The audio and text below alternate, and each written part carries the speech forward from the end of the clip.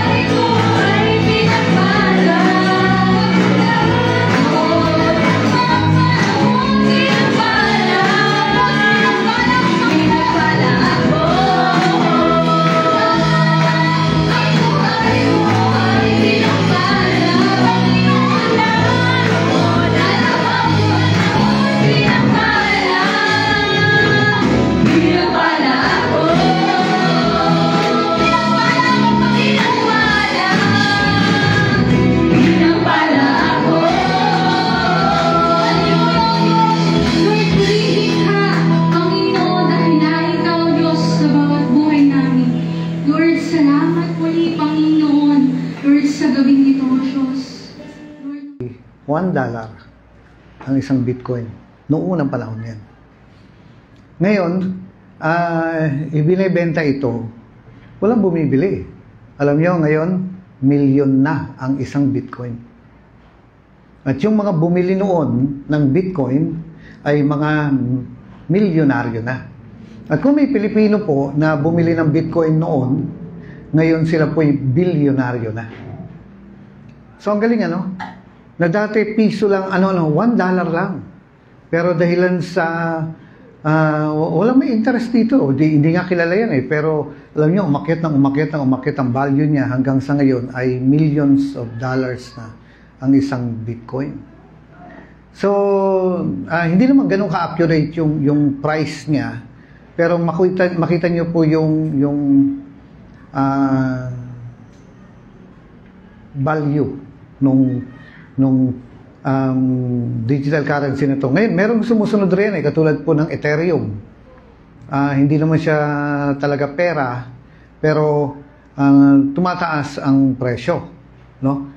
Ngayon, ang isa pa dito, sabihin natin, alam niyo po bang ang hindi pa ako nagkakamali maging ang Tesla ay may stocks yan, stocks. One time bumagsak yan eh. Ngayon, kapag bumagsak yan, bumili ka na. No? Bakit? Kasi mabilis siya aakyat. Ngayon, meron naman mga sabihin natin tulad ng ginto. May time na masyadong mataas yan. Kapag masyadong mataas na siya, ibenta mo na. Bakit? Kasi biglang babagsak ang presyo. Ngayon, tinitsempo po yung mga bagay na yan. Halimbawa, sabihin natin, hindi ko po sure, pero ang itinuro po sa amin noon, pagdating ng mga June, July, marami po ang bumibili ng gold. Kaya, pag marami bumibili ng gold, bumili ka na kasi aakit ang presyo niyan. No? Forex and stocks. Ayan. At yung isa pong bayaw ko, yung asawa ng bunso namin, ang galing niya sa pagpili ng mga stocks. Kung bibili siya o ibebenta niya. Nalala ko po na naikwento sa akin ng kapatid ko kung ganito ka-accurate yung kwento, no? Ang pera niya ay something na hindi pa ako nagkakamali, $250 lang ang binili niya na stocks nitong isang bagay. Alam niyo po, after 3 weeks, $16,000 na ang kinita niya. So, ang ganda pong negosyo nito. Ngayon, ang palatandaan po, naalala ko po dati na masyado nang mataas ang gold, no? Ang ginawa ko po dahil sa nag-invest ako sa Forex, nakita kong talagang taluktok na. Meron po kasing mga taong hindi pumapayag ng ganun kataas eh. Ang gagawin nila, ibebenta nila yan, biglang bababa ang presyo. Pagbaba niyan, sabayan mo ng benta, kikita ka. Nakuha niyo mga kapatid. Alam niyo, nung unang panahon, kumikita po ako ng $100 a day. Diyan sa Forex na yan. Ang ganda. Isipin niyo, 5,000 pesos ang kinikita ko sa isang araw. So, ang ganda, di po ba? Yan, yung nga lang, ang problema po rito, ang mahirap dito, every 3 minutes, nakatingin ka sa cellphone mo. Tinitingnan mo ang takbo ng market. So, ano nangyari dito? Wala ka ng prayer. Wala ka ng time na mag-devotion. Wala ka ng time na humayo. Talagang, ang gagawin mo, pag aalis ka, ilak mo. Kasi anytime, biglang gaganyan-ganyan yan. No? Halimbawa, sabihin natin, sa Middle East, may pumutok, may sumabog, may mga teroristang nagpasabog. Yung stocks, babagsak lahat yan, bababa yan. Once na bubaba yan, bumili ka na kasi aakyat din yan. Tulad sabihin natin, ang euro, ang gold, kahit kape, langis, yung langis. Ang noon, nagbagsakan ng presyo ng langis, ang dami pong nalugi riyan. Pwede mo kasing mag-trade ka riyan at bumili ka, magtinda ka, bantayan mo lang, kikita ka nang nandun ka lang sa harap mo, computer lang o kaharap mo ay cellphone lang. So, ang gandang negosyo. Nakuha niyo mga kapatid? Yung nga lang, hindi pwede sa isang Kristiyano kung tutuusin. Bakit? Kasi kailangan nakatutok at nakatutok at nakatutok ka.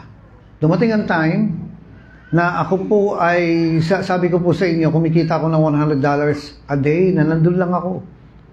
Hanggang sa mamaya, one time, hindi ko na ilock yung trading ko. Bumili ako ng ginto. Nagbenta ako ng ginto. Hindi ko na ilock. Nilalak yan. Ibig sabihin, ipapark mo. Stop ka muna sa trading. Pinark ko yung o nilock ko yung account ko. Ang problema nga, yung pagkatapos yun, sige, humayo ka. Mag-pray ka. Kasi pagbalik mo, nagbago-bago na yan. So, pwede kang malugi o pwede kang kumita.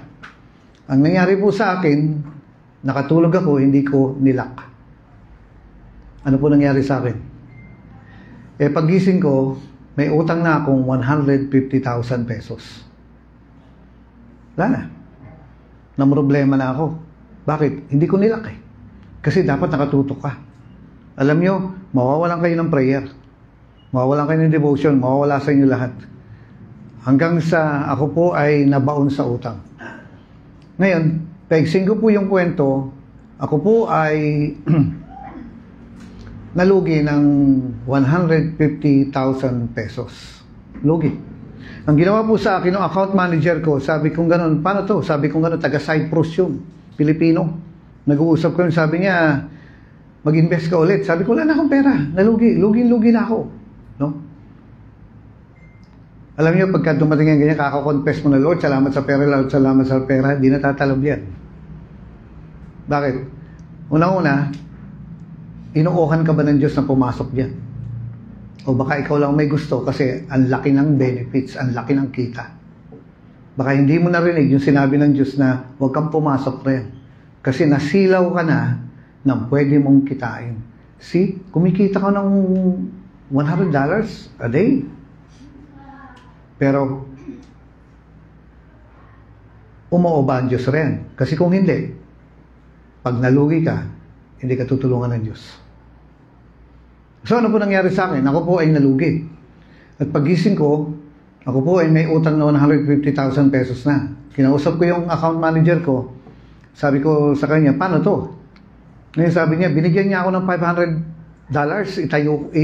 Itaya ko ulit yung i-invest ko. Alam niyo, ano yan meron kasi tinatawag na yung mga movements rin, major movements, yung mataasan yan, gano'n. At praise the Lord, yung pinahiram niya, hindi niya ko pinahiram, binigyan niya ako. Yung account manager ko, nagbigay sa akin ng magkano yun, nasa 25,000 ba yun? Kung $50 pesos ang $1. So ano nangyari po? Di in-invest ko, praise the Lord, nalugi lahat. No? Nawala lahat. Ngayon sabi kong gano'n, nagkaroon ako ng self-evaluation. Nag-self-reflect ako na lugi na ako Wala na ako ng pera Kaya ngayon nagsimula ako mag-self-reflect na, Lord, in the first place, umuo ka ba? Umuo ka ba?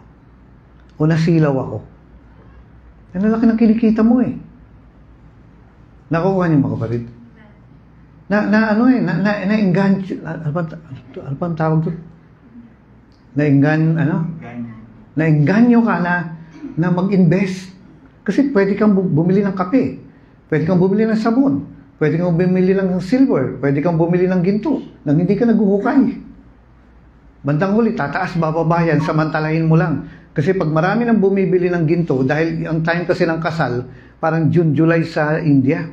So maraming bumibili ng ginto, mag-invest ka. So, bandang huli po, nalugi ako.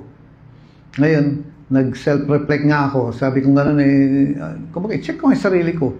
Ano nangyari? Ba't nawalan ako ng pera? Tapos sa dami mo pampangako na, Lord, magta-tithe ako. Nagta-tithe naman ako talaga. Kapag kumikita ako rito, magandang trabaho ng pastor to Bakit? Kasi, nakaupo ka lang, kumikita ka. Yung nga lang, dapat nakatingin ka. Kasi anytime pagka nakita mong umaakyat na yan, anuhin mo na yan. Pag nakita mong bumababa yan, meron kang gagawin dun para hindi ka mawala ng pera. No? Alam niyo ba kung gaano kalaki ang trading dito sa mundo, sa mga forex? $4 trillion a day. Ang laki. Kung mape-predict mo kung tataas o bababa. So, ito po illegal. Lahat po ng bangko ng Pilipinas ay sumasali sa forex. Legal ito, hindi po ito bawal, hindi ito masama. Pero dapat nakatutok ka sa market. No? So, ano po nangyari dito?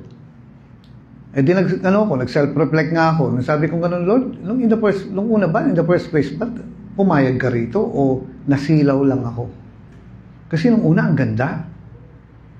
Bandang uli po, ito. Di siyempre, magpupunta ka sa conclusion. Ngayon, sabi kong ganun, Lord, sorry. Hindi ko hinintay yung sagot mo. Pumasok ako nang hindi ako naghihintay ng pahintulot mo. Kaya nandito na ako. Kaya sabi ko, Lord, sorry, give up ko na to. Kasi alam nyo, naniniwala kasi tayo na God will provide. God will provide. Tama po ba? Kaso ang problema, yung hinihingi mo provision, yung mga sa katabi mo, hindi kasya. Kulang pa rin. So may problema eh. Inaamin naman natin ito. Tsaka ito yung totoo. Na nagpe-faith ka, nagpe-pray ka, nag-aasam ka, naniniwala ka, bibigyan Lord. Kaso, andun palagi yung kulang. Hindi siya talaga makarating doon sa sobra. Di ba?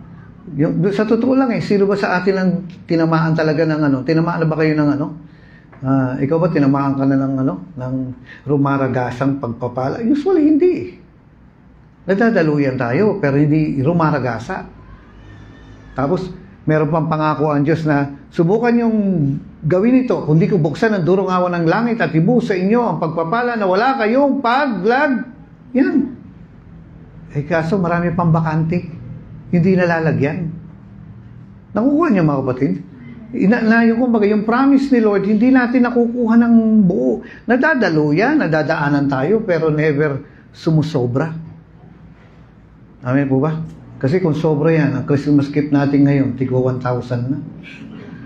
Sa halip na 150. Iniisip ko nga magregalo ako nung relo. Kaso 130 yung relo na nakaganon lang, nalagay mo lang sa di sabi ko kulang kasi 150, di ba? So maglagay na lang ako ng 20, dagdag para hindi naman lugi. Tama po ba? Pero ang tinutukoy ko po rito, may time talagang kulang So anong gagawin mo ngayon? Ba't ko ba nabanggit itong ganito?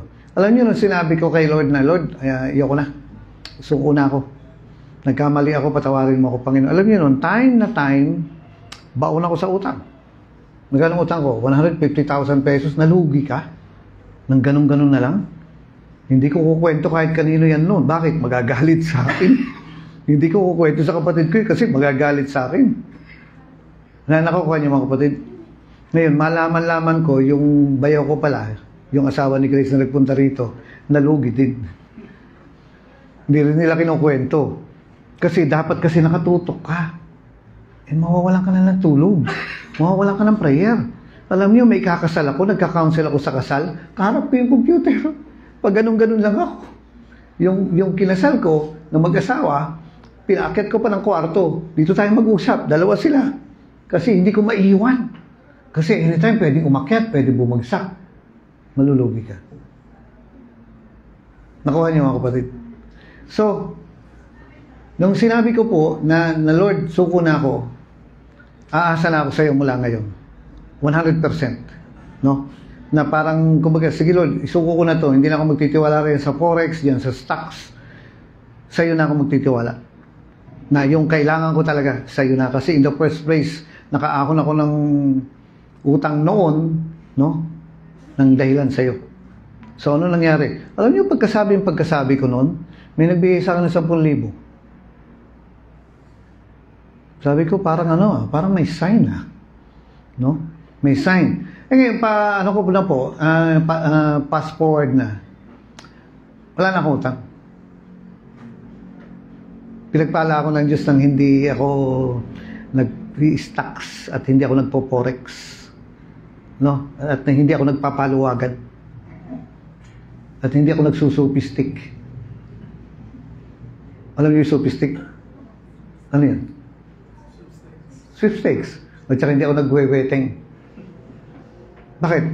Kumbaga sabi ko, Lord, bahala ka na sa akin. Magtitiwala ako sa iyo. Mas sumagana ako nung nagtitiwala ka kaysa nung nag-i-stocks ka at saka forex. Hindi masama yan kasi kahit ang Philippine government ay nag-i-invest sa stocks, yung nga lang sila maraming pera. Tayo, hindi ganun karaming pera. Pero ang gusto ko pong sabihin dito, kaya ko binanggit dito, sa forex po, meron yung signs na mag-invest ka at merong signs na magbenta ka. O sige, sabihin mo nga, signs na magtinda ka, signs na bumili ka. Dalawa lang naman yan buy, sell. No? Ngayon, meron pong mga indications na makikita mo yun umaakyat-akyat yung graph na ganyan, no? Candlestick ang tawag doon, gumaganon-ganon yun No? Sana kung andito si Grace, pwede ko sanang ipakita sa inyo yung itsura ng forex na gumaganon-ganon yan. Na nakabantay ka rin, merong mga signs dyan na yung stocks o yung tinitrade mo ay aakyat, bumili ka na. O kaya babagsak, ibenta mo na. Kasi pagka hindi mo pa binenta yan at bumagsak yan, lugi ka na. So, ang dami pong kumpanya, ang dami pong tao, alam niyo may kakilala akong mga tao, ang kinikita nila sa forex ay 1 million a day. May engganyo ka talaga. Tapos kiklaim mo, Lord, hindi ba ako swerte dahil pinagpala mo ako, magaganyan ka, may engganyo ka Pero ang nakakapagtaka, bakit may mga Kristiyanong malas ata sa ganyan? Alam ko naman kung bakit. Sabihin mo sa katabi mo, may mga Kristiyano na malas sa ganyan. Sila ay yung mga Levita. They were not allowed na magkaroon talaga ng mga lupain para sakahin. No? Bakit? Mga Levita. Know your place. Alam ko naman kung ano ako Kaso nag-try lang ako noon. Pero mabuti na lang na natutunan ko kaagad ito. Pero ituruan ko po kayo. Ang forex po ay kahit na yung stocks, merong sign dyan na bumili ka. Meron ding sign dyan na magbenta ka. Pwede kang kumita. Pero sa akin, hindi po ako sinuwerte rito. Walang pagpapala ang Diyos doon. Sabihin ko po sa inyo, mas pinagpala pa ako ng Diyos nung sa Kanya ako umasa at nawala ako sa utang. So, lesson learned. Natuto na ako. Ngayon, dito sa pagiging Kristiyano ay meron ding mga signs na magtanim ka. No? Ngayon, itong mga signs na to ay dapat alam ng mga Kristiyano, magtanim ka. Dito po sa Galatia chapter 6 verse 10, ang sabi niya, samantalahin natin ang lahat ng pagkakataon sa paggawa ng mabuti. Ito, halimbawa, kita niyo na? Sabihin natin, okay, o sige, tingin kayo lahat dito. Magtatayo tayo ng simbahan. Saan? Dito sa may Kalawag. Ang madidistino ron, si JP, si ganito, ganyan. Sign na yan. Puntahan mo na kagad si Kuya Boy, sabihin mo gano'n, Pastor, gusto ko magtanim. Yan, sign. Nakukuha niyo mga kapatid? Ayan, tapos sabihin natin, halimbawa, sabihin natin, yung isang kapatiran natin, na hospital. No? Ngayon, may pangangailangan siya.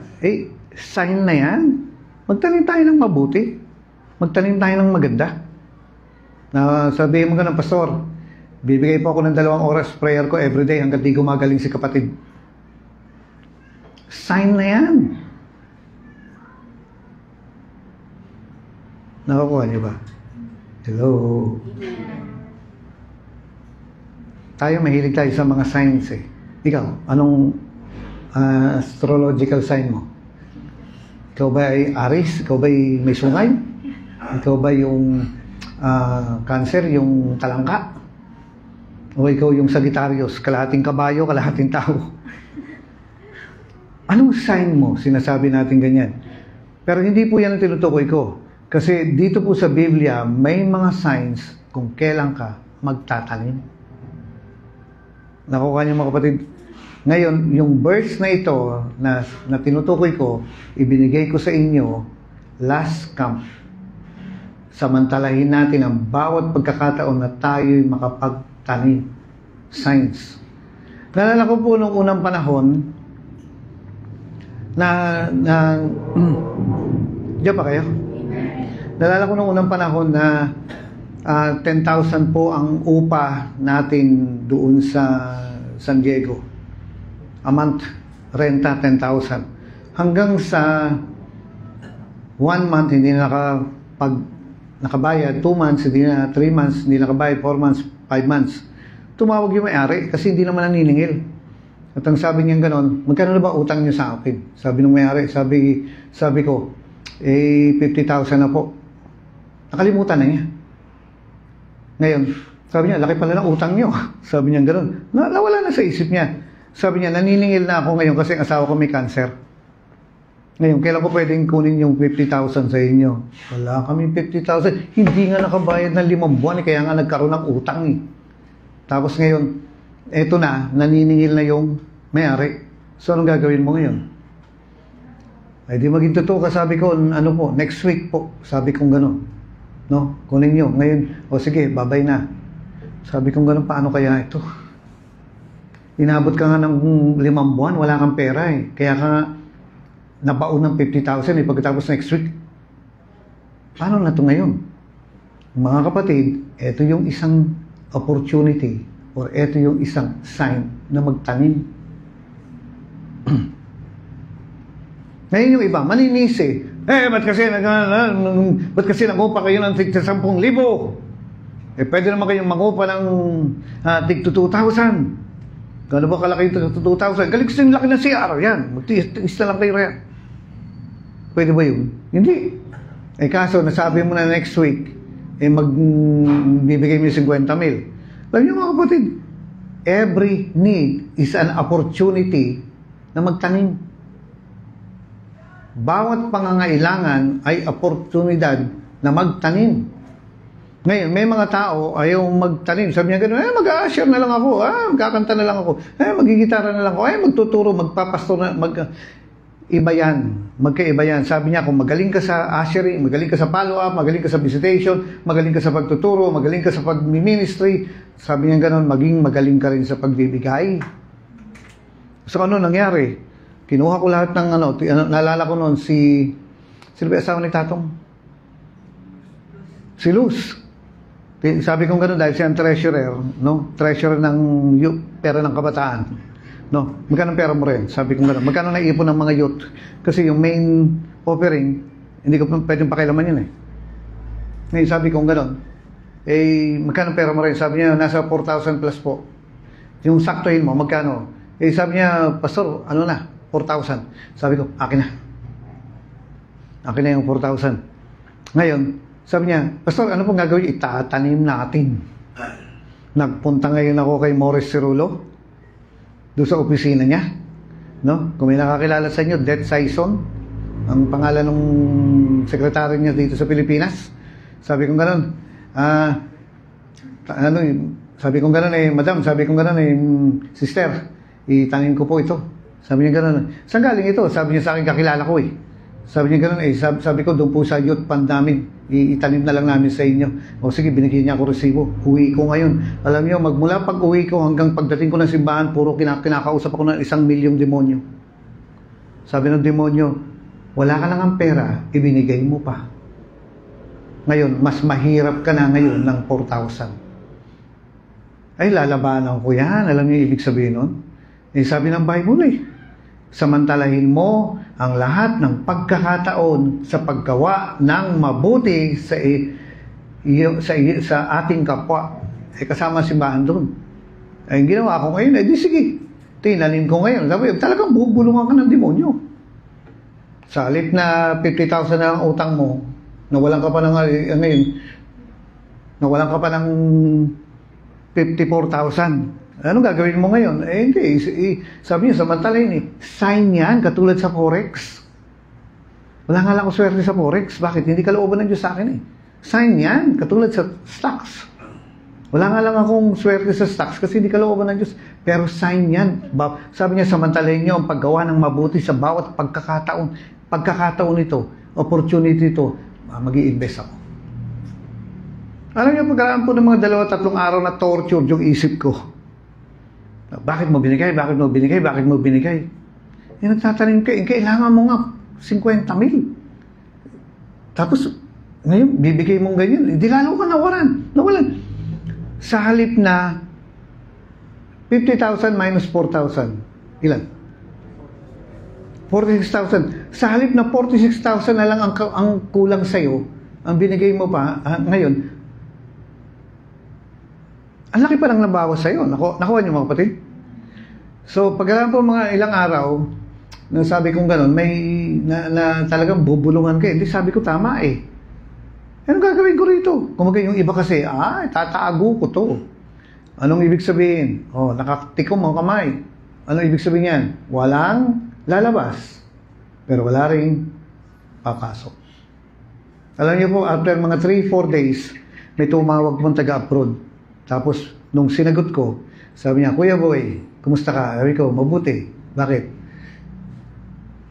Kailangan naman sabihin talaga mabuti. Hindi mo sasabihin, tortured na ako, tulungan niyo ako. Hirap na ako mag-isip. Hindi mo sasabihin yun. No? Na I pray that thou mayest prosper and be in health. Sabi niya ganon. Ngayon, sabi niya ganon, Kuya Boy, kailangan niyo ba ng pera? Mabubuhay ka pag narinig mo yun. Mabubuhayan ka ng loob pag narinig mo yun. Ngayon, sabi ko gano'n, oo. Sabi ko, bakit? Sabi niya, kasi may pera ako dito. Alam niyo ibig sabihin nun? Yung pera niya, hindi na niya magiging pera. Magiging kaninong pera na? Sa akin na. Bakit? Kailangan ko magbayad. Sabi ko gano'n, magkano yung nangangailangan ba kayo ng pera? Sabi niya, sabi ko, siyempre, ano sasagot ko? Abay, oo, nangangailangan kami. Ngayon, bigla ba naman akong tinanong, magkano? Ay, doon sa mga ganon, manipis ako, hindi ko kayang sabihin. Hindi ko kayang sabihin na 50,000 ang kailangan namin. No? Hindi ko po kaya. Hindi ganun kakapal to. Kaya sabi kong gano'n, may pangangailangan kami. Alam niyo, sumagot siya doon sa tawag. Sabi niya, kasya na ba sa inyo yung 50,000? Ay, nagpanting yung tenga ko. Na parang lumobo ba? 50,000? Kasi may sobra akong pera dito Alam niyo mga kapatid, pagsin ko po yung kwento, lingguhan, yung susunod na week, bayad tayo ng utang doon sa renta. 50,000. Malinis na. Tapos na. Tingnan mo yung sign. Tingnan mo yung signs. Nakukuha niyo mga kapatid. Ngayon, fast forward pa yan. Paulit-ulit na lang yan. Hindi ko nagagamit yung Forex at saka yung, ano ba tawag dito? Hindi ko nagagamit yung stocks. Pero yung sign, binabantayan ko po yan na kailan magandang magtanim. Kasi sabi niya rito, samantalahin natin ang lahat ng pagkakataon na makapagtanim. Ngayon December, meron pong tayong isang simbahan na may utang pa. Nasa ranging mga 10,000. Sabi ko, gusto ko mabayaran ito. Mga 10,000 pa. Gusto ko mabayaran. Hindi ko simbahan. Simbahan ng iba. Pero dito sa Rema, na meron siyang mahigit mga around 10,000 pang utang. Ngayon, ang ginawa ko po, sige, iniisip-isip sinilista ko yan Tapos, dito po sa nakapagbukas po tayo ng simbahan dito sa may Pura, Tarlac. Ang ganda ng simbahan, Ang bait ng may-ari, kaso walang upuan. Nanghihiram sila sa barangay. Noong una, pinahihiram sila, pero ngayon, ayaw na magpahiram kasi bakit daw hiram ng hiram. Yun ang nakakahiya sa mga Kristiyano. Lagi mo nalang sinasabi, pagpapalain ka ng Diyos, pagpapalain ka ng Diyos, pero yung simbahan walang pagpapala. Bakit? Kasi sa karton nakaupo. Noong unang panahon, si Miriam, doon sa Sambales, ang gagawin niya, attend kayo, nagsusulwining, attend kayo. Pagdating ng mga attender, asan ang bangko? Ay, nakalimutan namin sabihin, bring your own chair. Nakakatawa. Nalayo ko, lakas ng loob niya eh. Pero yung iba, dyan umuupo sa karton. Ngayon sabi kong ganon, magkano kaya yung kahit na 10 upuan lang. Kasi nagsimula ka ng simbahan, walang upuan. Eh, hindi pa pwedeng mag-wiam dyan kasi masyado pang bago. Alam niyo mga kapatid, sabi ko magkano ba yung upuan, ganito, ganyan. No? Eh, nasa nasa 4,500 lang. 12 pieces na. Kaso teka muna, maraming humihingi eh. So, siyempre, hindi priority ang upuan. Ang priority ay renta. Kasi kahit na marami kang upuan, pagka wala ka ng renta, di alisin ka rin. No? Ani mo pa yung upuan na yan. No? Kahit umupo ka sa bangko, umupo ka sa bangko, so, sa kalsada, kung wala kang re-rentan. So, wala. So, ngayon, meron po tayo ulit na buksan na bagong simbahan dito sa Dapdap. No, Kalawag, kila Jebanin. Di ba nakwento ko sa inyo? Ngayon mga kapatid, ang gastos po ron, binebenta kasi ng pastor yung lupa. Ito yung bahay niya, ito yung simbahan. At doon sa Kalawag, doon sa Dapdap, tayuan mo yung lupa, sa'yo na. So ang ganda. Wala nang yan. Basta tayuan, binigyan ng gobyerno, yung pamilya ni Jebanin, nandyan lang eh. Ganun nga ang sistema ron. Pag may nakita kang lupa rin, tayuan mo, magbukid ka riyan, sa'yo na. Tinayuan yung pastor ito, tapos nagtayo din siya ng simbahan sa tabi, at may mga halaman riyan. Ngayon, all in all, binebenta nila yung property nila, 35,000. Noong una, 60,000. Sabi ko gano'n, malabo. Yan.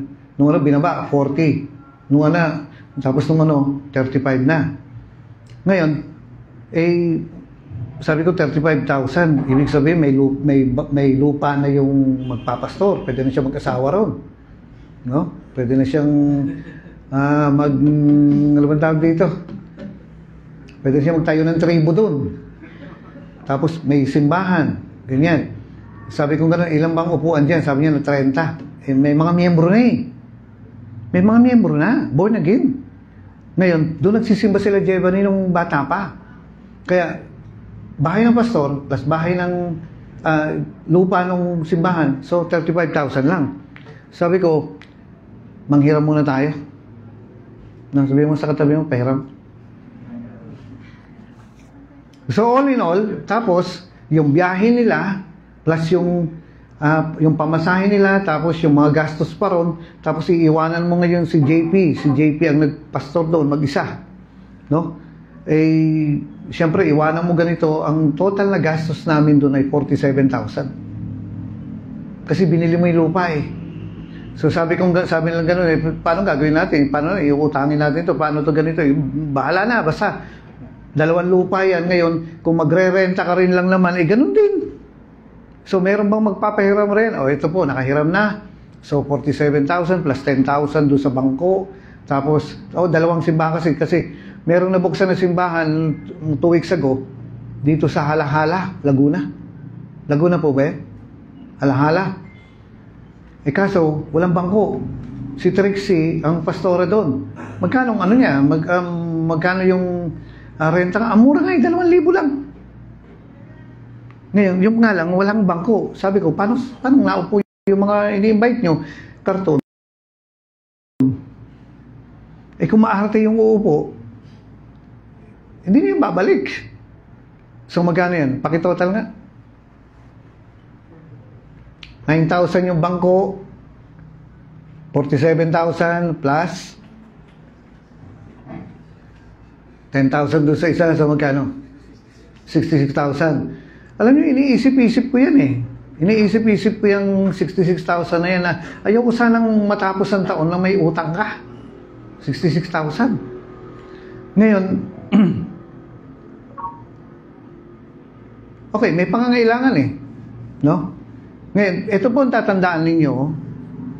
Every time may pangangailangan, ang Diyos ay magpo-provide ng oportunidad na magtanim.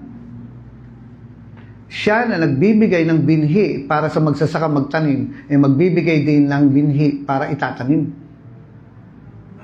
Pag ang Diyos ay nagbigay, usually kulang, tanim yan. Huwag niyo pong kakalimutan ito. Same lang sa principle ng stocks at saka forex. Hanapin mo yung sign na magbibigay ka na o mag-i-invest ka. Alam niyo po, so andiyan ang pangangailangan, 66,000. Actually, hindi nga 66,000 yan eh. No? Eh, nira-round-round ko na lang ito para madaling maintindihan. Alam niyo mga kapatid, sabi kong ganun, andiyan yung opportunity andiyan yung need, andiyan ang pangangailangan. Huwag kayong magalala. Every time may pangangailangan, sabihin natin ito. Halimbawa, sabihin natin, si Ate May, no? si Kuya Randel, may pangangailangan. Huwag niyong hanapin yung sagot sa pangangailangan. No. Hindi ko po ina-advise sa inyo yun. Hanapin niyo yung oportunidad na magtanim para sa pangangailangan. Nakukuha niyo mga kapatid. Halimbawa, kailangan mo ng malaking tuition fee tapos walang dumarating sa'yo. Pwede may pangangailangan. Huwag mong hanapin yung tugon sa pangangailangan. Hanapin mo yung oportunidad na magtanim para sa pangangailangan. Kasi God will always provide na makatakas ka. A way of escape. Yan, diba? Tinitira ka na ng mga pinagkakautangan mo. Sasabihin mo, sinusubukan lang naman ako ng Diyos. No. May pangangailangan. Eh, magkano ang kailangan ko? Ito yung kailangan ko ngayon. Pagka dumating ang pangangailangan, huwag niyo pong kakalimutan ito. Hanapin niyo yung sign na kung saan pwede kayong magtanim para makatakas o makaalis doon sa pangangailangan. So, ito po, iniisip-isip ko yan. Ang Diyos hindi pa tapos eh. No? Hindi pa tapos. Ngayon, nung habang iniisip-isip ko itong pangangailangan na to, 66,000, actually, hindi lang yan eh. Marami pa. Pero iniisip-isip ko, niraround ko na nga lang. At saka sinasabi ko sa inyo yung part na tapos na. Eh, hindi pa tapos, to be continued. Trailer pa lang ang babanggitin ko. Ngayon, meron po ako isang babaeng naiisip na paulit-ulit na bumabalik sa akin na bigyan ko ng 1,000. Balik siya ng balik. Balik ng balik. Bakit ba balik ng balik itong babaeng ito na bigyan ko ng 1,000? No? Ngayon, maging sensitive ka sa mga signs. No? Yan ang buhay ko. Always naghahanap ako ng signs. Kasi ito yung opportunity na magtinda ka, ito yung opportunity na magbenta ka. Basta ang gusto ng Diyos, ilabas ka, i-rescue ka. Yung iba, nagkakandahirap sa pera, pero ikaw, pag nahalata mo yung sign na yan, gawin mo kagad. At pabalik-balik po sa akin itong babaeng ito na bigyan ko ng 1,000. Sabi ko, ba't ko bibigyan? Parang okay naman siya. Parang ganito, baka nga ma-insulto pa yan eh. 1,000 lang ang binigay. No? Sabi mo nga sa katabi mo, taas ng presyo mo, men. So ano po nangyari? Ang ginawa ko po, edi tinanong ko siya, hindi ko nga alam yung Facebook niya, kinausap ko pa yung anak. Isang pastora po ito, isang pastora, sabi ko ganun, anong Facebook ni mama mo? Pinakita niya sa akin, ngayon kinontak ko, sabi ko, kumusta na? Hello po pastor, mabuti, sabi niya ganun, diniretso ko na, Gcash mo? Ngayon sagot niya, he. Mukhang alam niyang bibigyan siya. He. Bakit po, pastor? Ay, anong gagawin ko ngayon? Di sabi ko gano'n, yun nga, hinintay ko, binigay yung Gcash niya. Ngayon, nung binigay niya sa akin nung isang gabi, hindi ko napadala. Hanggang sa mamaya, biglang pagkagising ko ng umaga, teka, bibigyan ko ng Gcash to, bakit nalimutan ko na? No? Bakit? Tandaan niyo po ito, pag pabalik-balik sa'yo, sa isip mo, kinakatok ko na ng Diyos. 1,000 lang. So, ang ginawa ko po, pinadalhan ko. O ngayon, nag-thank you na. Ayan. Alam niyo po, nung pinadala ko na, hindi po ako nagkakamali. Kahapon ng umaga, pinadala ko. Sabi niya, thank you po. No? Tinanong pa niya, para sa kasi ang pastor, pag binigyan mo, usually nagtatanong niya kung personal ba o sa ministry o sa church. Sabi ko, personal mo. So, sabi ko sa kanya, personal mo. Kahapon ng umaga. Tapos, andun po yung dinawalan ako ng 1,000. Alam niyo yung pakiramdam, no? Parang nalaglagan ka ng 1,000. Ngayon napunta. Magkakaroon ka ng mga ganong kaisipan na, kasi binigay-bigay mo pa. Mga kapatid, yan ang sign na madamot ka pa. It is better to give than to receive. So, ano nangyari? Pero sabi ko, may nararamdaman ako eh. May need ako. Kailangan ko ng 60,000 plus. May need ako. Ito yung opportunity. Nakuha niyo mga kapatid. Hindi ko naman sila balitaan na nalaglag siya sa kanal. Ganito, okay, nabalian ng paa, gano'n. Okay, nabalian ng ugat. Hindi natin alam eh. Pero, andun yung parang, ba't gusto kong bigyan? Tingnan mo nga yung katabi mo. Parang gusto kitang bigyan ah. Parang nangangati yung kamay kong bigyan kita. No? Parang, ano ba nangyayari sa kamay ko? Parang gusto kitang bigyan. Sabi mo sa katabi mo, pumupogi ka. Sabi mo sa katabi mo, gumaganda ka. Bakit parang gusto kong magbigay sa'yo? Alam ko namang mayaman ka. Pero bakit? May pangangailangan ka, God will provide ng opportunity na magtanim para makuha mo yung pangangailangan mo. Alam niyo mga kapatid, kaninang umaga, kahapon ng umaga, nung nagbigay ko na, parang meron na release. Hindi naman ako pwedeng mag-invento kasi sermon to. Hindi ko pwedeng nagsisinungaling. Sabi ko, parang may na-release. Parang may mangyayari. Parang may mangyayari. Ano ba itong? Parang may mangyayari. Di pray ako. Alam niyo, bandang mga, hindi ako nagkakamali, 9 o'clock ng gabi. May babasahin ako sa inyo. Diyan pa kayo? Amen.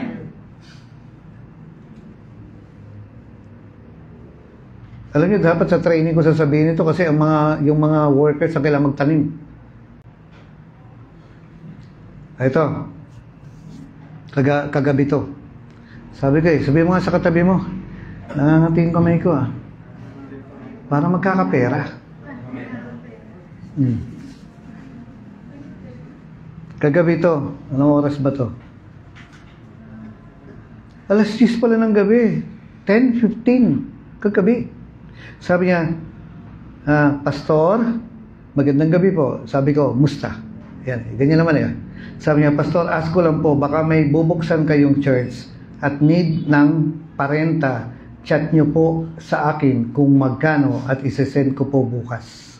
Sabi ko, praise the Lord. Tapos sabi niya, Pastor, chat niyo po sa akin kung magkano ha, pati po GCash or kung wala pong GCash kahit na anong bank account. Sabi ko, okay, i-message kita, hintayin ko lang mga reply, God bless you. Ngayon, sabi niya, sige po Pastor, salamat din po, God bless po. Ngayon ito, good morning! Kanina yan, umaga. Sabi ko, good day, ito kaya, diretso. Magkano po, Pastor? Diretso ako. Magkano po, Pastor? Sabi ko, ako na nagtanong, magkano bang budget mo? Ngayon sagot niya, kahit magkano po, Pastor. Hehe. Abay, nahihiya naman akong magsabi. Magkano kailangan ko? Nasa 60,000. Nahihiya naman akong magsabi. Laki kaya noon. Hingang kaya kita. Anong gagawin mo sa akin? Pastor ka ba o magnanakaw ka? Ganonin mo ako. Hindi ko masasabi yun. Tapos sabi niya, kahit magkano po, Pastor, hehe. Kung magkano po ang need, carry lang po, hehe. Kahit na, manipis to. Nahihiya ako magsabi ng ganitong kailangan ko, ganyan-ganyan. No? Ngayon, tsaka iniisip ko, kung kinakausap ng Diyos ito, edi ang Diyos ang magsabi. Di ba? Tapos sabi niya, sige, basta po maka-help ako sa simbahan. Ngayon sabi ko, okay, wait ko lang reply. Nagpadala na ako sa GC. No, na sino nangangailangan, ganito, ganyan. Ngayon, sige po, pastor, sabi niya, sinabi ko na, ito, wala naman talagang nangangailangan ng renta eh. Na yung bubuksan simbahan kasi hindi pa tayo ng opening. Pero may pangangailangan. Tulad nito, yung lupa. Diba? Tapos ito sabi ko, may simbahan tayo bagong bukas sa Tarlac. May members na, kaso nangihiram lang sila ng upuan sa barangay. 2 weeks ago, nagalit yung barangay, kakahiram nila. Okay lang ba kung 10 upuan na lang ibigay mo para matagal nilang pakinabangan? Ayan, so hinihingi ko, 4-5 lang. Ngayon sagot niya, sige po, pastor, magkano po? Pero baka may gusto kayong buksan na simbahan ngayon at hindi po mabuksan kasi gawa po ng budget. Hehe. Isama nyo na din po, pastor. So, meron tayong, ano ba tawag dito? Sabi niya, kung meron kayo bubuksan na simbahan, sige, sabihin nyo sa akin, isama nyo na rin yung 4-5 na bangko. Sabi ko, magpatanong na ako sa kanila sa upuan. Waiting pa rin ako sa reply nung iba. Wala nga nagsasabi sa akin na merong silang gustong simbahan. Ngayon, eto po, no? Sige po, pastor. Sabi niya ganun. Pastor, drop na lang po kayo ng budget para masend ko na ngayon. Alam niyo, ito po hindi ba pagka meron tayong bubuksan na simbahan, meron tayong bubuksan na magki-Christmas party, ano pa? Ano bang tawag dito? Magtitinda tayo ng ano tinitinda natin? Fundraising? Arioka. Di ba naghahanap tayo ng sponsor? Pero ito, ako ang hinahanap ng sponsor. Hindi niya nakukuha. Tayo ang hinahanap ng sponsor. At siya pa nagsasabi, sabi niya mag-drop na lang po. Tapos sabi niya, inaantok na po talaga ako, pastor, kasi kaya sabi niya, inaantok na po ako, pastor. Hindi ko alam. Para akong baliw na na-excite. Ha, ha, ha. Kagabi pa po, hindi ako makatulog kasi gusto ko nang mag-send para parang hindi ako makakilos, hindi ako makapag-work kapag hindi ko po muna ito natapos na makapag-send po. Sana lahat ng miyembro ganito, no? Tayong hinahanap nung sponsor. Tapos sabi niya, drop na lang po kayo ng price, pastor, para po rent at dyan sa upuan para makatulog na ako. Ha, ha, ha. Pasensya na po. Na-excite lang po kasi pakiramdam kapag nakakapagbigay, na-excite po ako. Iba po kasi ang pakiramdam kapag nakakapagbigay ka sa church. Dati po, pinagpe-pray ko lang na nawa, gamitin ako ng Diyos para makatulong sa simbahan. Pero, I think it's time na po na gawin ko na. So, prayer lang niya. Andiyan pa po kayo? Amen. O, sabi ko, itatype ko ngayon. No? Eto na, sabi ko, sa ngayon, wala raw tayong pwedeng buksan kasi kulang nga ang mga workers na ilalagay. May 2 tayong churches na kakabukas, kaso walang chairs kasi ayaw pahiram ng barangay. Nasa karton, nakaupo ang mga umaaten. Pura Tarlac at ang Hala-Hala, Laguna. Mahal kasi ang price ng bangko sa probinsya. Nasa 9K yung 20 chairs, tig 10 sila. Tapos sabi ko, nangutang kami ng 47,000 nung nabuksan yung isang church sa isang island sa Dapdap kasi island yun. No? Tapos sabi ko, sa isang island sa Dapdap, Calawag, dahil binebenta yung lupa, sobrang mura, kaya nanghiram muna kami. Yung district ng ganito, ganyan, ay may utang na ganito sa simbahan nila na ganito, na need sana mabayaran bago matapos ang taon. Sabi ko, eto ang mga kailangan namin ngayon, pumili ka na lang kung nasaan ang heart mo na gusto mong tulungan. Ay, ikaw, asan ang heart mo? Naki Johnny? Ako. Alam ko, may bago kang iPhone. Ay, ikaw, nasaan ang heart mo? Hindi, dito. Ano gusto mong, nasaan ang heart mo? Bangko? Renta? Past rents ito? O yung 47,000 na lupa? Ayan. Ano? Asan ang heart mo? Sabi ko, mamili ka na lang. Eh, ino-offer ko sa kanya, yung bangko na lang. Kasi wala nang bubuksan simbahan eh. Ito po reply niya. Send ako, pastor, ng 60,000 sa bank na gusto niyo. Piniretso na niya ako. Tapos sabi niya, para 6K na lang ang kulang niyo, pastor, hehe. Di ba 66? So, magpapadala siya ng ano. Sabi kong gano'n, sumagot na ako. Kasi nga pinagpe-pray ito. Answered prayer ka sa amin. Sabi ko, pastor, yung 50K po, bank kasi alam ko, 50K lang ang limit ng pag-send. Tapos yung 10K, ipapadala ko na lang sa GCash. Bali, pasend po ako ng bangko nyo at isasend ko ngayon. Nakukuha niyo mga kapatid? Nag-send ng 50K sa BPI ko. Hindi pumasok. Nag-iikot daw na gano'n. No? Nag-iikot-ikot. Anong ibig sabihin nun? Tapos sabi niya, pastor, tingnan niyo. Umiikot-ikot lang. Sabi kong gano'n na, i-cancel mo na. Sabi kong gano'n, try muli. Nakakatakot, pastor, kasi baka mamaya pag kinancel ko, nag-go through pala, mamaya nawala na yung pera. Sabi ko, demonyo talaga to. Ano gagawin mo ngayon? Ikaw na demonyo, nililihans ko na. Ikaw na demonyo na humahadlang. Sabihin mo sa katabi mo, huwag mong hadlangan. Kinokontra mo eh. Sabi kong gano'n sa kanya, dito sa cellphone, na pinakita niya yung video na gumaganong gano'n lang, ayaw talaga. Ngayon sabi ko, ikaw na demonyo na humahadlang sa pangalan ni Jesus. Huwag mong pakailaman itong transaction na to. Ngayon alam niyo po, eto. Tapos nung ano, sabi niya, may iba pa po kayong bangko. Sabi ko, meron dito, ganito. Ayan, padala po kayo ng QR code kasi sa sobrang laki nito, natatakot ako magkamali ng account number. Alam niyo mga kapatid, pumasok kanina, 66,000. Natay na po. Nakukuha niyo mga kapatid? Kaya pala, sabi ko, parang nangangati yung kamay ko na magbigay ng 1K. Ang liit lang. Ang liit lang, pero ang laki ng balik. At bakit parang nililink ko ba yung 66,000 doon sa 1K? Ang sagot ko po ay yes, kasi paulit-ulit na lang ito.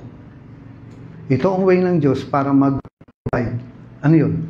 He will give you an opportunity na magtanim. Hindi naman ganun kalaki. Yung maliit lang, yung kaya mo lang itanim na masaya ang puso mo at tingnan mo kung paano kumilos si Lord. Marami pa po akong kwento sa inyo na mga katulad nito na nakaraos ako dahil lang sa pagtatanim. Maniwala man kayo, kahit yung isa pong mahal ko sa buhay na may sakit, nagtanim lang ako ng maliit na amount. Nasabi ko, Lord, para po doon sa mahal ko sa buhay na may sakit, magtatanim ako sa iyo. Salamat, Panginoon. Ito yung offering ko sa iyo. Magsasacrifice ako sa iyo. Alam niyo, gumaling eh. Sabi ng doktor, malabong gumaling. Nakukuha niyo mga kapatid. Paulit-ulit na lang ito. At nangongolekta na lang ako ng mga testimonyo na nagagamit ko ngayon sa sermon. Pero, malinaw sa inyo mga kapatid. God will provide. Pero, check natin yung mga signs. Amen po ba? At sabi niya ganoon dito, no? Samantalahin natin ang bawat pagkakataon na tayo makatulong. Ngayon, saan nakalagay sa Bible yung nagtatanim ka para sa pamilya mo? Si Job. Si Job. Sabi niya, Lord, yung anak ko, makulit ito, magulo to. No? Mag-offering ako para sa kanya. Ano nangyari? Nililigtas si Diyos. Maliban doon sa part na nagtalo na sila ni Satanas ng Diyos. Pero, tumatalab ito eh. Tumatalab ito. At hindi naman kailangan yung malaking amount, yung kaya mo lang. Hindi naman kailangan yung sobrang laki ng offering mo na mangungutang ka na. No, hindi. Ano lang yung pwede mong ibigay? God loves a cheerful giver. Hindi mo kailangan magpasikat sa Diyos. Kasi may nakalagay nga sabi niya, 2 mamera lang. Tatandaan niyo yung offering na yun? And yet, sabi ni Lord, ang laki ng binigay niya. Paulit-ulit na lang ito. At kung magkaroon po ng pagkakataon, maikwento ko po sa inyo sa iba. Always look for opportunities na makapagtanim. Amen po ba? Hindi lang hindi lang sa gawain eh. Halimbawa, sabihin natin, sino ba? Tong si May, no? Nagsusong lead. Ano kaya? Bilang ko kaya ng sapatos to. No? Okay, bigyan ko kaya ng magandang damit. Magtanim kaya ako sa kanya. Basta nandun ang leading ng Panginoon. No, minsan makikita mo, si Bricks kaya, abutan ko. No, sabihin niyo, hindi ko naman kailangan pero nakukuha niyo. What if kung halimbawa, dati nga, nagpe-pray ako ng bisikleta Ayaw kong gumastos, pero nahingi ako ng bisikleta. Ano ginawa niyo? Binigyan niyo ako ng bisikleta? Secret yun, di ko sinasabi kahit kanino. Pero bakit bisikleta binigay? Galing pa kay Kuya Randel yung bisikleta. Hanggang ngayon, pinakikinabangan ko. Malaki kayang tulong sa amin. Bakit? At ito po, itong nagbigay, sa palagay niyo, hindi ibabalik ng Diyos sa kanya, siksik, liglig at umaapaw. Dahil naging masunurin siya, at sabi niya noon, prayer ko lang na Lord, gamitin mo ko, pero ngayon ginagawa ko na, walang yabang. Maluwag sa loob niya. Alam niyo kung bakit? Kasi may naitanim ang rema. Ayan. Kaya, ang hinihingi lang niya sa akin promise, huwag ko daw sasabihin sa iba. Hindi ko naman sinasabi yung pangalan niya. Amen po. Sa palagay niyo ba siya ngayon parang kakalimutan ng Diyos yan? Kasi sabi niya, ang Diyos ay hindi madaya, nakalimutan niya ang inyong mga kawang gawa. Never. Yung pagpunta-punta niyo sa outreach, yung pagsasakripisyo niyo, paglilinis niyo, pagsusundo niyo, si Kuya Edwin na nasundo, minsan ganito, ganyan, yung pagtsatsaga, na hindi nyo naman kailangan talagang, hindi nyo kailangan pagpaguran, pero nandun yung ginagawa nyo to para sa Panginoon. Ibabalik ng Diyos yan, siksik, liglig, umaapaw. Dahil ang Diyos hindi nakakalimot sa mabuting italinim natin. So kaya natin na buhay natin ay maging Lord, may kailangan ka, nandito ako, Panginoon. Kung kinakailangan gisingin mo ako, Lord, ng madaling araw para mag-soul win, nandito ako, Panginoon. Hindi nakakalimutan ng Diyos yun. No? Hindi naman kailangan malaki ibigay mo Sa galing sa heart at masaya ka. Hindi makakalimot ang Diyos. Yoko po tayong lahat. Bawat sandali Ikaw ay nariyan ang tunay bawat araw kaya mo ay lagi nararanasan ng oras na kami iniwan bawat sandali. Ikaw ay nariyan, tapat kang tunay.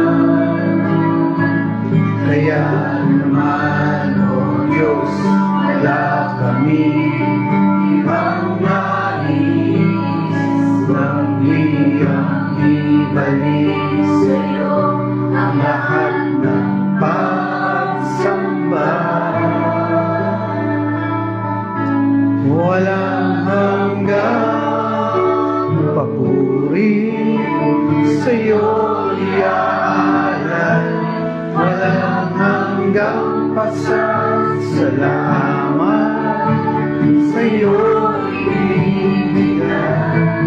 Napakabuti mo, Diyos, sa aking buhay. Mula noon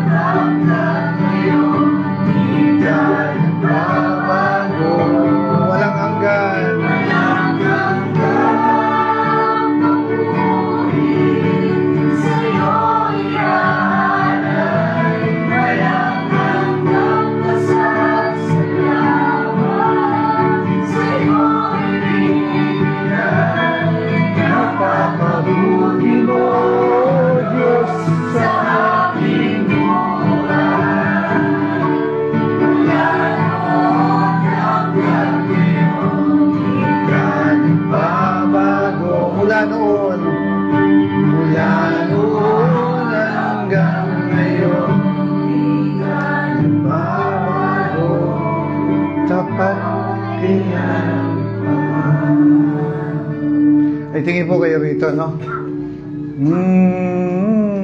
Sunog na yung kanin. Pero alam nyo,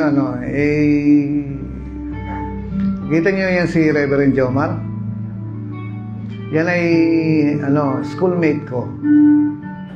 May kwento ko lang ng konti. Alam nyo po, si Jomar po ay tinaniman ko yan.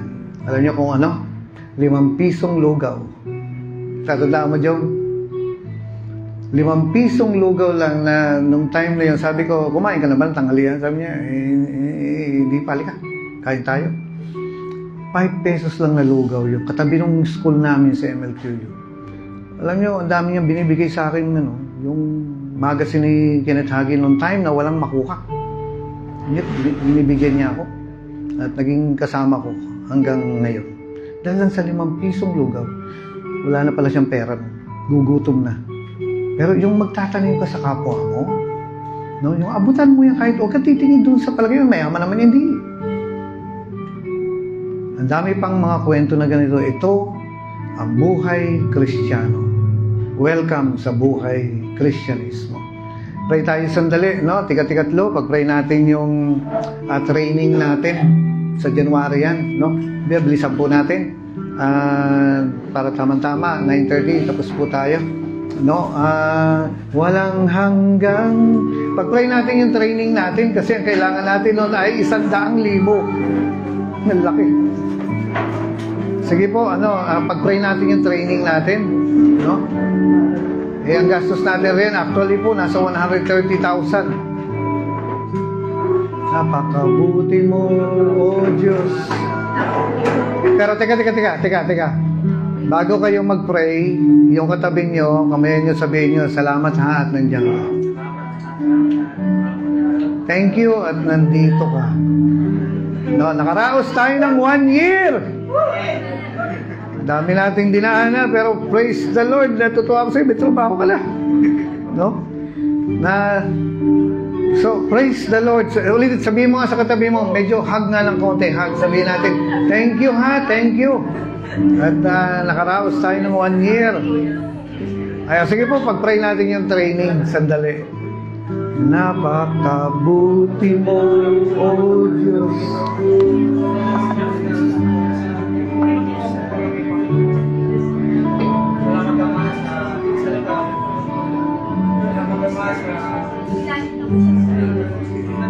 Ayan. Tingnan mo nga muna yung katabi mo sandali. Parang gusto kong bigyan itong katabi ko. Sige, pakiabot po natin ito. Close po natin ito. May masarap na niluluto sa likod. Tapos, kanino po galing yung sushi ron? Kay Kuya Randel? Masama na ang tingin ko rin kanina pa eh. Yan.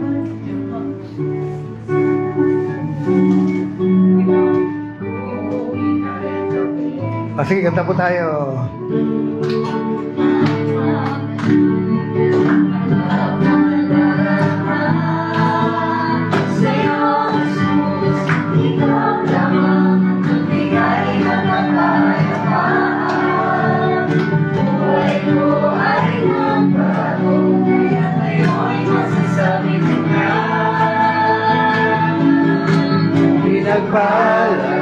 Pinagpala, ang buhay ko ay pinagpala.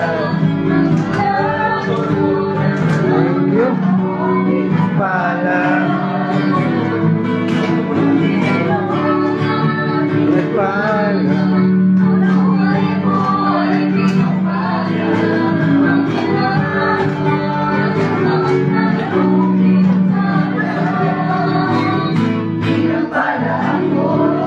Okay. Alam niyo, yung sinasabi ko kanina na, yung may problema sa renta. Magkano kulang niya? 10? May mali siya eh. Kasi hindi niya sinabi sa akin, ang utang pala niya ay 20K. Ang alam ko lang ay 10K.